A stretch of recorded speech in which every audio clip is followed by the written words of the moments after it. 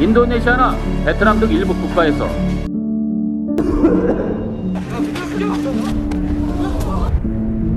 해가 작아지고 있고.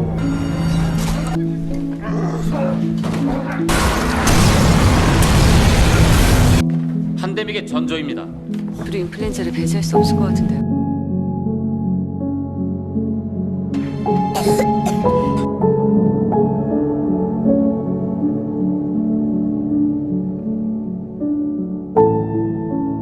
없으면 죽어.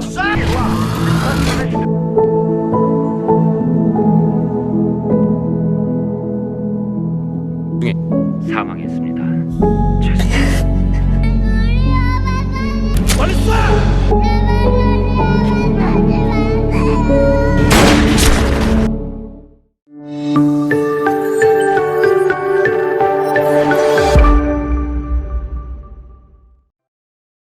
April 2014, di Hong Kong, sekumpulan imigran gelap dikumpulkan dalam kontainer dan akan diselundupkan ke Korea Selatan. Biarpun ada satu orang di antara mereka yang sakit, kontainer tetap diberangkatkan. Bulan Mei di kota Bundang, Korea Selatan, telah terjadi kecelakaan mobil yang nyungsep ke dalam lubang dan tersangkut. Petugas penyelamatan bernama Jigo akan turun ke bawah untuk evakuasi korban selamat. Tanpa buang waktu, dia turun ke mobil yang nyangkut namun rawan jatuh. Setelah tahu korban hanya satu orang dan kondisi mobil yang nyaris jatuh, Jigo yang berpacu dengan waktu segera membuka paksa pintu mobil. Saat terbuka, dia malah sempat-sempatnya terpesona oleh kecantikan korban bernama In Hai. Jigo menang banyak karena akan membopong korban, tapi waktu mau dibawa keluar, Roh In Hai tersangkut. Dengan sedikit usaha, alhasil robeklah Roh In Hai yang seketika langsung ngomel-ngomel. Karena mobil akan jatuh, Jigo segera menariknya keluar bertepatan dengan jatuhnya mobil.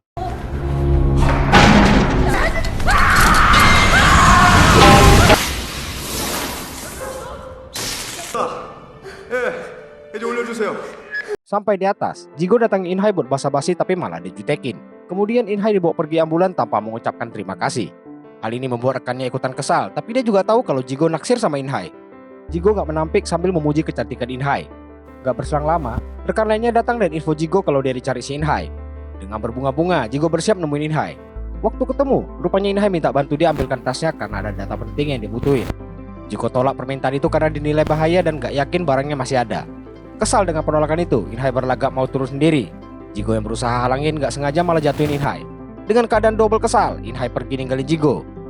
Pindah kedua orang kakak adik kurir bernama Byung Ki dan Byung Wo yang bersiap membawa para imigran. Saat dibuka, mereka disambut kotoran manusia. Karena gak ada jawaban waktu dipanggil, mereka gunakan senter HP buat penerangan. Alangkah kagetnya mereka, karena semua orang di dalam udah gak bernyawa.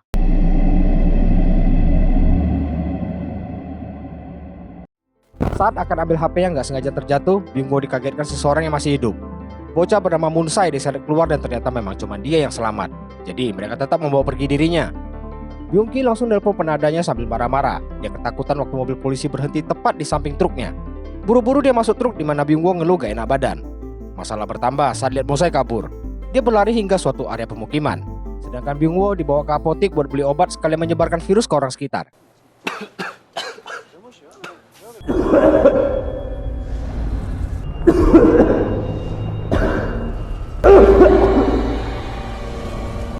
Scene ke In Hai yang lagi disangsi akibat kehilangan data disertasi kedokterannya. Itulah mengapa dia minta tolong Jigo buat carikan datanya tempo hari. Sebagai pria kasmaran yang rela mati demi cinta, Jigo berusaha penuhi permintaan In Hai dengan melibatkan rekannya si Kyung Up. Sejurus kemudian, tas In Hai berhasil ditemukan dan dengan seenaknya dibongkar Kyung Up. Dia nemuin kokat dokter In Hai serta mengangkat telepon miliknya yang diserahkan ke Jigo. Penelpon adalah anaknya In Hai yang dengan senang hati dia jumpai di sekolah. Bocil ini bernama Mire dan dia gak kalah jutek sama mamanya. Setelah menginterogasi profesi Jigo, dia minta tas In Hai dengan liatin bukti dia beneran anaknya. Gak lupa dia minta kartu nama Jigo, seandainya butuh bantuan kelak. Kabar In Hai yang udah punya anak pun jadi bahan tertawan Kyung Up. Sementara terlihat orang-orang di jalan, sekolah, bahkan bocil di apotik Marin udah terjangkit sakit dari Byung Wo. Dimana kondisi Byung Wo sendiri udah sangat parah. Scene ke In Hai yang pulang rumah dan dikejutkan tasnya ada sama Mire serta USB yang terdapat datanya juga aman. Setelah diceritakan dari mana dia dapat tasnya, In Hai lanjut memasak. Mendadak dia mendapat telepon dan disuruh balik ke rumah sakit karena terjadi emergensi. Terpaksa dia harus jalanin tugas dengan meninggalkan anaknya makan sendiri di rumah. Sesampainya di rumah sakit, dia lihat sekumpulan dokter berkumpul mencari tahu yang terjadi pada Byung Wo yang sampai membuatnya meronta-ronta. In Hai periksa barang bawaannya dan terdapat video ketika dia berada di kontainer. In Hai simpulkan ini mungkin virus H5N1 atau flu burung. In Hai datangi Byung Ki buat mendapat kronologi kejadian serta lokasi kontainer, karena bisa jadi dia juga terinfeksi. Byung-ki malah marah dan mau ketemu adiknya. Tiba-tiba, alarm emergensi bunyi. Byung-ki langsung menuju bilik UGD Byung-woo berada dan lihat adiknya udah meninggal. Tanpa pikir panjang, dia masuk tanpa masker dan membuat kekacauan.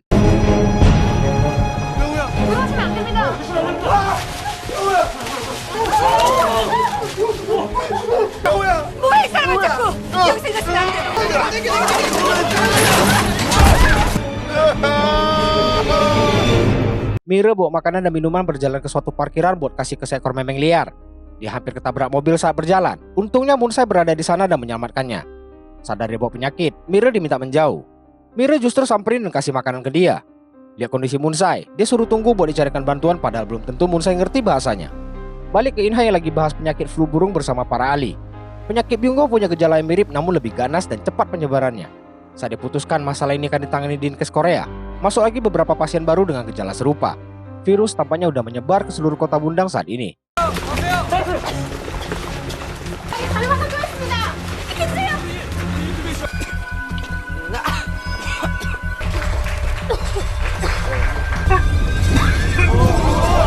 Kembali ke Mira yang menghubungi om-om andalannya yakni Jigo. Karena Munsai udah nggak di sana, jadi Jigo berniat pergi dengan alasan sibuk. Waktu jalan pergi, dengan tatapan melas dan sok imut, Mira menatapnya. Jadilah mereka pergi cari si Munsai kemana-mana. Sedangkan Inhai dikirim ke lokasi kontainer yang udah ditemukan. Dia perhatikan terdapat lebih dari 2 pasang jejak kaki di sana. Lalu, saat kontainer dibuka, banyak tikus menyerbu keluar. Demi menghindari penyebaran yang lebih luas, terpaksa seluruh isi kontainer dibakar. Kejadian itu menjadi bahan rapat para dokter dan petinggi kota Bundang. Terjadi banjir interupsi dari peserta rapat karena virus ini diklaim bisa dijangkiti dari hewan. Hadir juga wali kota di rapat tersebut saat dokter pemimpin rapat bernama Dr. Yang berkesimpulan virus ini adalah penyakit pandemik. Si dokter juga menyarankan untuk bumi hanguskan Bundang yang cuma diketahui wali kota dan lainnya. Wali kota berpendapat sarannya nggak masuk akal dan berlebihan. Terlihat jelas wali kota goblok ini sangat meremehkan virus baru yang masih misterius. Dengan seenak udelnya dia sudahi rapat karena ada janji lain. Saat itu, Inhai datang dan bilang ke Dr. Yang kalau ada korban selamat dari kontainer tersebut. Balik ke Jigo yang lagi jadi babysitter Mira. Jigo yang harus balik kerja minta hubungi orang tuanya. Disinilah dia tahu kalau Inhai adalah Jendes. Dia pun mikir, wah ada Chan nih, buy one get one pula. Jadi dia sekalian berlatih menjadi seorang papa ke Mira. Mira terlihat batuk namun minta dibelikan minum. Waktu balik lagi ke meja, si bocil malah ketiduran. Di saat bersamaan, efek wabah virus ini udah mulai terjadi. Semua orang yang terinfeksi mulai kehilangan kesadaran dan muntah darah. Saat Jigo bopong Mira buat ajak pulang, di dalam mall dia lihat seorang ibu yang pingsan di eskalator. Sebagai petugas penyelamat, dia segera datangi si ibu dengan meninggalkan Mira. Setelah berhasil diselamatkan si ibu, si Mira pun bangun. Inhai tunjukkan bukti korban selamat di kontainer ke Dr. Yang. Pembahasan mereka dipotong si wali kota goblok yang doyan nebar janji kampanye. Di sana juga, mata wali kotanya akan dibuka dengan rangkaian kejadian yang terjadi di luar gedung rapat. Suasana chaos akibat pengendara yang kehilangan kesadaran menyebabkan kecelakaan parah, bahkan ledakan.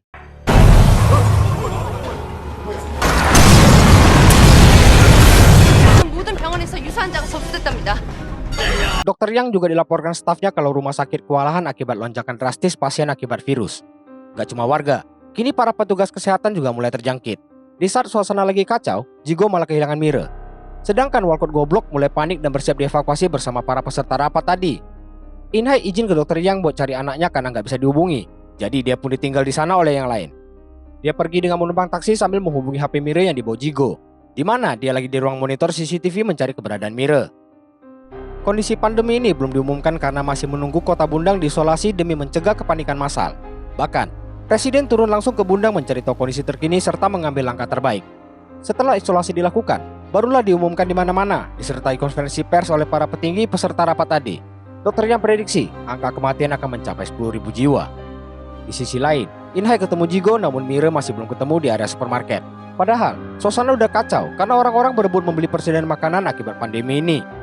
Sambil mencari, Inhai ingatkan Jigo buat memakai masker. Di tengah pencarian, Munsai terlihat di area supermarket yang dilewati Jigo. Keadaan semakin brutal saat orang-orang mulai menunjukkan gejala. Mira sendiri berhadapan dengan seorang bapak yang muntah darah. Gak lama, Jigo muncul dan membawa Mira ke mamanya. Akibat banyak yang terjangkit di sana, polisi datang dan mengisolasi supermarket tersebut. Di saat-saat inilah insting bertahan hidup serta ego manusia akan meningkat demi keselamatan.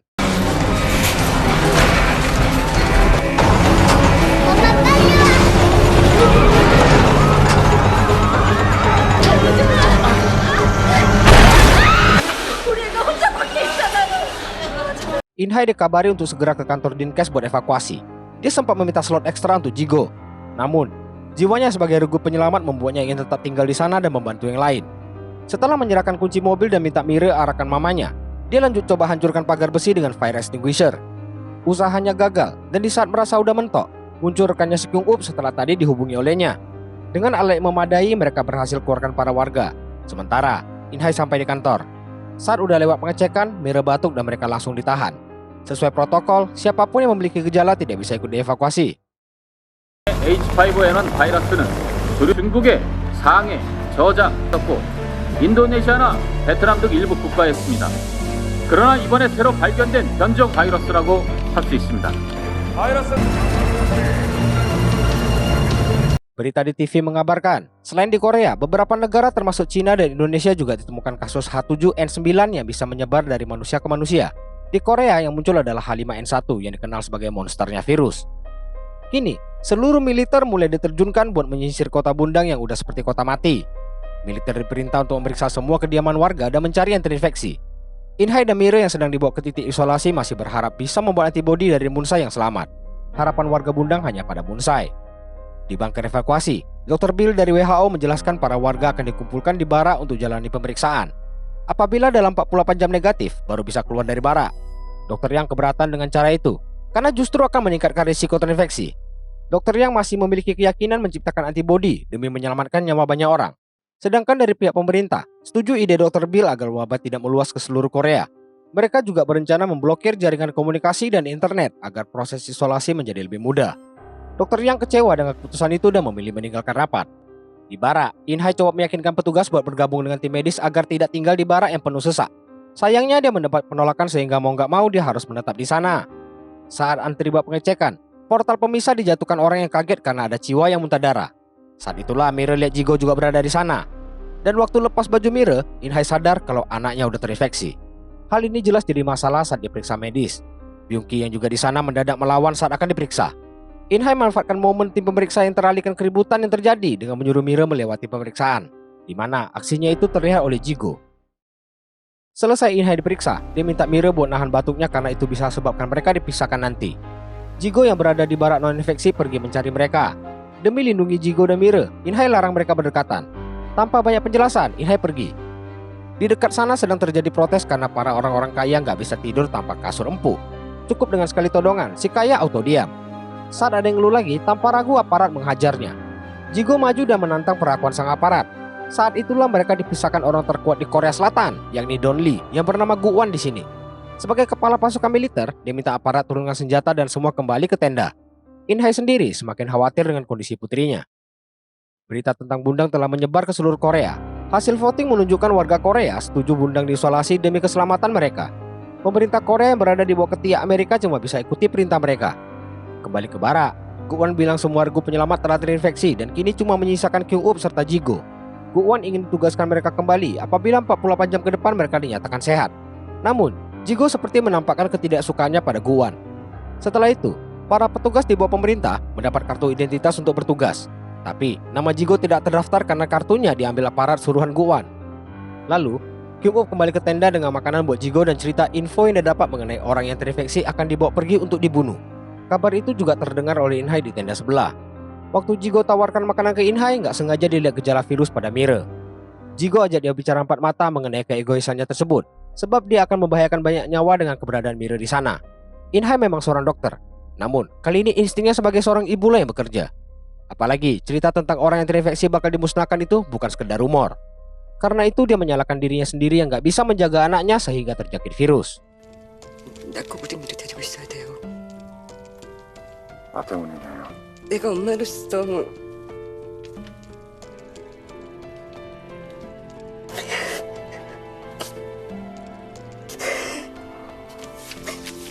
Pindah ke bara orang terinfeksi. Munsai yang berada di sana dikenali petugas sebagai orang yang dicari. Di sana juga Munsai lihat Byung-ki yang menatapnya dengan kebencian. Kabar penemuan Munsai langsung diinfo ke Inhai. Inhai titipkan Mire ke Jigo agar dia bisa membuat antibodi dari darah Munsai. Tapi Mire yang gejalanya semakin jelas keberatan berpisah sama mamanya. Untuk membuatnya tenang, Jigo kasih sebuah handy-talkie atau HT kepada Inhai agar mereka bisa selalu berkomunikasi. Inhai tiba di tempat Munsai diperiksa sambil video call dengan Dr. Yang. Merasa bisa menghasilkan antibodi, Inhai ingin percobaan langsung ke pasien terinfeksi tanpa dites. Namun ide itu ditentang Dr. Bill yang juga diamini rekannya karena bisa sangat berbahaya. Kemudian Inhai balik ke barak dan lihat kondisi Mira yang semakin parah. Sambil digendong dan ditutupi, Mira akan dibawa untuk perawatan secara diam-diam. Tiba-tiba petugas datang dan mencari nomor induk milik Mira karena telah terinfeksi. Tanpa ragu, Jigo bilang itu nomornya. Saat dia minta kartunya, dia minta ke Inhai dan bilang dia yang simpan sambil menariknya keluar dari Mira. Lalu, Jigo pun harus dibawa ke barak karantina. Sampai di sana, dia dimasukkan ke dalam sel dan lagi-lagi Byung-ki membuat keributan saat akan dipindah ke ruangan lain. Akibat ulahnya, seorang aparat jatuh dan maskernya sempat terlepas. Namun, dia tidak mengakui ketika keadaan udah terkendali. Setelah 48 jam, Presiden berniat membebaskan yang tidak terinfeksi dari barak. Dr. Bill dan Walcott goblok keberatan, begitu juga Perdana Menteri. Bagi Presiden, warga Bundang adalah warga Korea yang harus dia lindungi juga. Tapi, Presiden harus batalkan setelah perwakilan Amerika bernama Snyder ingatkan dia kalau Korea kini lagi jadi perhatian dunia. Gu-wan dengan bantuan juniornya berniat kabur dari Bundang. Sebagai tanda terima kasih, dia kasih sedikit upeti. Saat masuk barak, dia ketemu Kyung-up dan tanpa bersalah, dia kasih kartu milik Jigo lalu pergi. Pindah ke Inhai. Dia sarankan rekannya buat istirahat sambil tunggu hasil tes. Begitu rekannya keluar, dia segera datangi Mira yang sudah batuk darah. Di sisi lain, Kyung-up bawa kartu tugas Jigo buat ditunjukkan ke petugas agar dia bisa dites ulang. Sambil menunggu hasil tes keluar, dia masih harus berada di situ. Sebelum pisah, dia minta Kyung-up buat cari kabar Inhai dan Mira. Sedangkan di barak karena udah 48 jam lebih, para warga mulai berontak. Karena manusia ketika dikurung terlalu lama tanpa kejelasan akan memunculkan sifat beringasnya. Di sana juga, Gu-wan menyamar menjadi militer Amerika dan ternyata dia juga terjangkit. Lalu, Inhai minta darah Munsai demi Mira. Munsai yang ketakutan melawan, tapi begitu tahu itu Mira, dia bersedia memberikan darahnya. Gak mau buang waktu, Inhai mulai lakukan prosedur. Namun aksinya itu terlihat Gu-wan. Gak lama rekan Inhai dari militer datang. Pintu didobrak paksa dan Inhai harus ditembak bius karena coba melawan. Samar-samar, dia lihat Mira dibawa pergi petugas.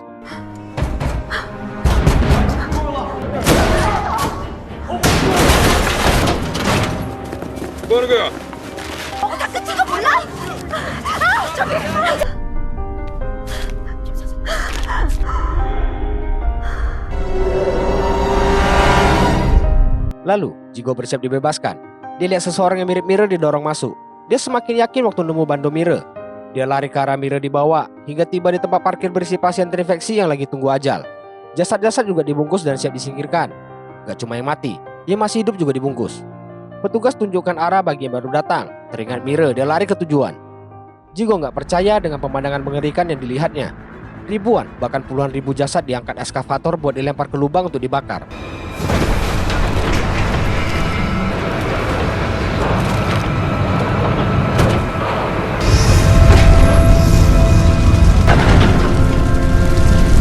Saat sadar, Inhai dengar kabar kalau darah Munsai bisa dijadikan antibodi. Dengan ganas, dia tanya di mana Mira sambil mengancam akan membuang antibodi yang udah jadi. Begitu tahu kemana dia dibawa, Inhai langsung ke sana.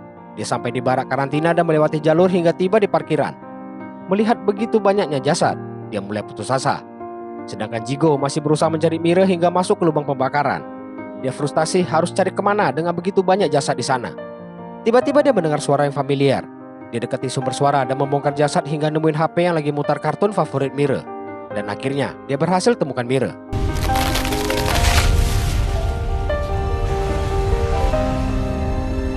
Dengan dibungkus rapat, Jigo mau bawa dia keluar. Aksinya ketahuan petugas yang langsung mengejarnya. Pindah ke prajurit yang maskernya lepas tadi. Prajurit bernama Minggun ini buka masker dan tunjukkan gejala virus ke temannya. Minggun nolak pakai masker karena merasa tetap bakal mati.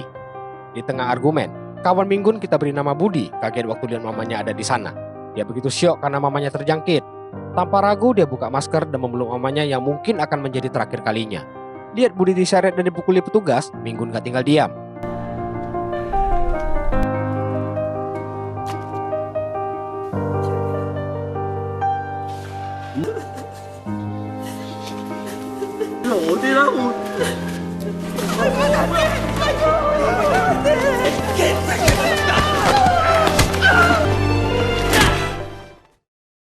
Singkat cerita, mereka berhasil keluar dan berada di area non-infeksi.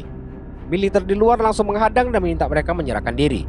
Budi sebarkan fakta kalau virus ini nggak ada obat, dan asap yang mereka lihat adalah pembakaran yang terinfeksi oleh petugas. Karena menantang, militer lepaskan tembakan yang dihadang Minggun. Seketika, suasana menjadi chaos antara warga dan militer. Petugas di area parkir juga ikut keluar membantu dan menyisakan Inhai di sana. Dia ambil HT dan memanggil Mire tepat di saat Jigo tertangkap petugas. Akibat kerusuhan di luar tadi, para warga menyerbu masuk untuk melihat fakta yang diungkap Budi. Para warga menyerbu ke arah lubang dan pikir Jigo yang masih hidup akan dibakar juga, sehingga membuat darah semua warga makin mendidih. Momen itu menyelamatkan Jigo yang dengar panggilan HT saat akan membawa Mire. Dia balas panggilan namun sinyal gak terlalu bagus. Mendadak muncul van berisi Munsai dan rekannya turun ajak dia pergi dari Bundang yang tentu ditolak Inhai. Saat berjalan pergi, panggilan HT dari Jigo masuk tapi mereka tertangkap warga yang marah. Militer langsung bawa mereka masuk van dan banyak kabur. Tapi ramainya warga buat mereka tertahan. Inhai coba keluar tapi malah menjatuhkan HT-nya. Munsai yang lihat HT-nya bermaksud turun buat ambil tapi justru tertangkap Byungki. Tanpa ragu dia tusuk Munsai berkali-kali, begitu juga rekan Inhai yang coba melerai, hingga Byungki akhirnya ditembak aparat. Saat bersamaan, Jigo sampai di parkiran dan lihat Inhai yang masuk ke van dan pergi.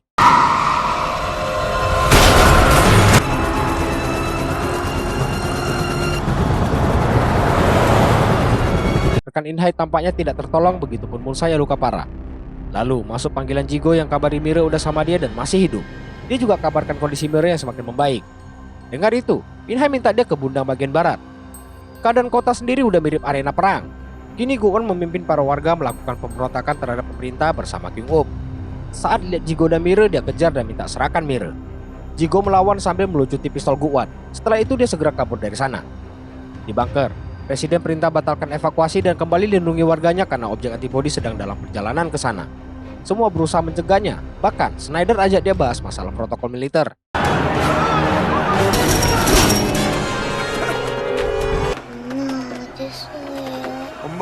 Munsai sendiri tampaknya udah gak kuat bertahan. Dan benar, ketika sampai di tujuan, dia udah meregang nyawa. Kabar ini diinfo ke presiden yang langsung lemas mendengarnya. Inhai merasa masih ada harapan lewat darah Mire. Dokter yang gak yakin berusaha mencegahnya, namun kembali lagi, selain dokter, dia adalah seorang mama. Perbatasan isolasi dipenuhi manusia yang marah. Dengan dipimpin Guwan, mereka berniat menginfeksi Seoul agar pemerintah bertindak. Di sana Guwan kembali lihat Jigo, karena masih dendam dia kejar lagi dan pergokik Kyung-up. Lalu, lihat situasi warga yang udah sampai perbatasan isolasi, Snyder minta Perdana Menteri untuk ambil tindakan. Saat pagar pembatas berhasil dirobohkan, Perdana Menteri berikan perintah menembak tanpa seizin presiden. Para penembak yang ambil posisi membuat warga jadi takut. Seorang cewek maju dan tunjukkan dia sehat. Di belakang mereka, Guwan bersiap menembak Jigo yang digagalkan Kyung-up sehingga mengenai militer. Karena itu, aksi penembakan terjadi dan diketahui presiden yang ngamuk ke Snyder. Perdana Menteri muncul dan bilang dia yang suruh serta tunjukkan data keadaan udah gak terkendali. Jadi, keputusannya adalah yang paling tepat. Di kota sendiri udah jadi ladang pembantaian. Guwan yang coba balas malah ketembak. Dan Budi mengorbankan dirinya sebagai tameng untuk melindungi mamanya. Semua kekacauan yang timbul adalah akibat terlalu banyak campur tangan asing sehingga rakyat Korea lain jadi korban. Diplomatis gitu aku. Ini, satu-satunya harapan Korea ada pada Inhai dan Mire. Jigo suruh Mire sembunyi karena jiwa malaikatnya meronta-ronta saat lihat banyak korban di jalan. Si bocil yang mulai sembuh pun harus merelakan Jigo bertugas sebelum balik menjemputnya. Gak lama dia pergi, panggilan HT dari Inhai masuk yang langsung dijawab Mire. Dengar suara putrinya seakan memberi tambahan stamina pada Inhai. Kabar mengenai Mire juga sampai ke telinga presiden. Saat Inhai udah begitu dekat, dia malah dihadang militer. Pemimpin pasukan yang mengenalinya memberi izin bicara pada presiden lewat video call. Inhai yakinkan presiden kalau putrinya bisa menjadi antibodi virus dan minta dikasih lewat perbatasan. Sialnya, Guwan lari ke arah Mire bersembunyi. Saat Jigo balik, Mire udah gak ada. Karena dia dibawa Guwan untuk diambil darahnya.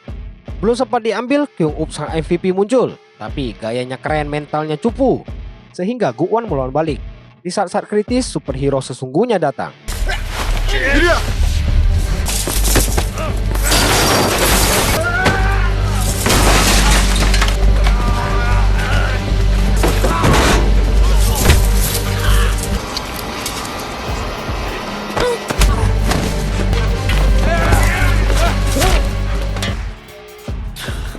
Inhai yang akan masuk kembali ditahan karena perintah presiden ditangguhkan dan diambil alih Perdana Menteri dan Snyder. Militer diperintahkan buat habisi siapa saja yang lewati garis orange. Dengan Inhai yang ditahan dan Mire yang kembali terpisah, Jigo kini harus segera menemukannya. Waktu perhatian militer fokus ke warga, Inhai berhasil lewati penjagaan dan lari mendekat. Mire tiba-tiba muncul dari antara kerumunan warga. Dia nggak bisa lagi mundur akibat dorongan dari belakang. Saat lihat mamanya, dia segera lari menghampiri. Jigo yang ada di sana juga langsung ngejar. Waktu mendekati garis orange, pemimpin pasukan perintahkan tembak sambil todong anak buahnya yang menolak. Dengan terpaksa, sang prajurit melepaskan tembakan.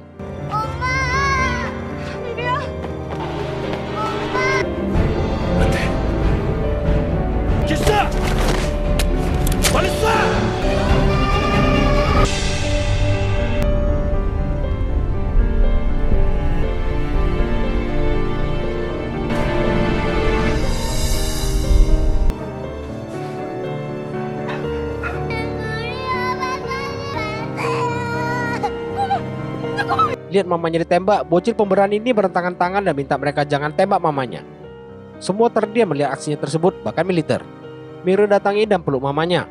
Momen itu membuat para warga menyerbu maju melindungi mereka. Dan sebelum warganya dibantai, Presiden minta Schneider hentikan tembakan. Karena nggak digubris, Presiden yang beri perintah langsung, namun Schneider lancarkan serangan kedua, yakni mengirim pesawat tempur untuk bumi hanguskan Bundang. Pesawat bahkan hanya berjarak 10 menit dari lokasi pengeboman. Emang anjing orang ini, gak usah sensor, anjing. Dokter Yang masih melacak keberadaan Mira. Lihat CCTV, Jigo tunjukkan Mira yang berhasil sembuh dari virus ke Presiden. Merasa warganya bisa diselamatkan, Presiden beri perintah ke Menteri Pertahanan buat menembak jatuh pesawat Amerika kalau terlihat di Bundang. Schneider yang minta dia batalkan perintah, diperingatkan Presiden kalau dia akan jatuhkan pesawat Amerika. Begitu pesawat Amerika tunggu perintah pengeboman, Presiden Korea udah konfirmasi luncurkan roket anti pesawat tempur. Kalah mental, Schneider tarik mundur pesawatnya. Lewat pengeras suara, Presiden sampaikan ke warga Bundang kalau mereka nggak bakal ditelantarkan. Serta, bantuan akan segera dikirim ke sana. Schneider datang lagi dan bilang dia telah dilaporkan kepada PBB di mana Presiden siap bertanggung jawab penuh kalau seandainya Mira nggak punya antibody. Setelah itu, Presiden perintahkan semua unit medis dikerahkan ke Bundang.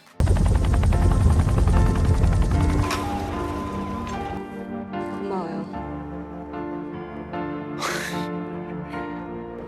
미래야, 너도 아저씨한테 고맙습니다. Saat kondisi kembali kondusif, akhirnya Jigo dapat kata terima kasih dari Inhai. Mira juga nggak lupa mengucapkan seraya memeluk calon papanya itu. Di akhir, Mira akan dibawa untuk dijadikan objek antibody dengan ditemani dokter Yang. 미르가 아픈 사람들. 우리 엄마랑 꼭 같이 올 그럼.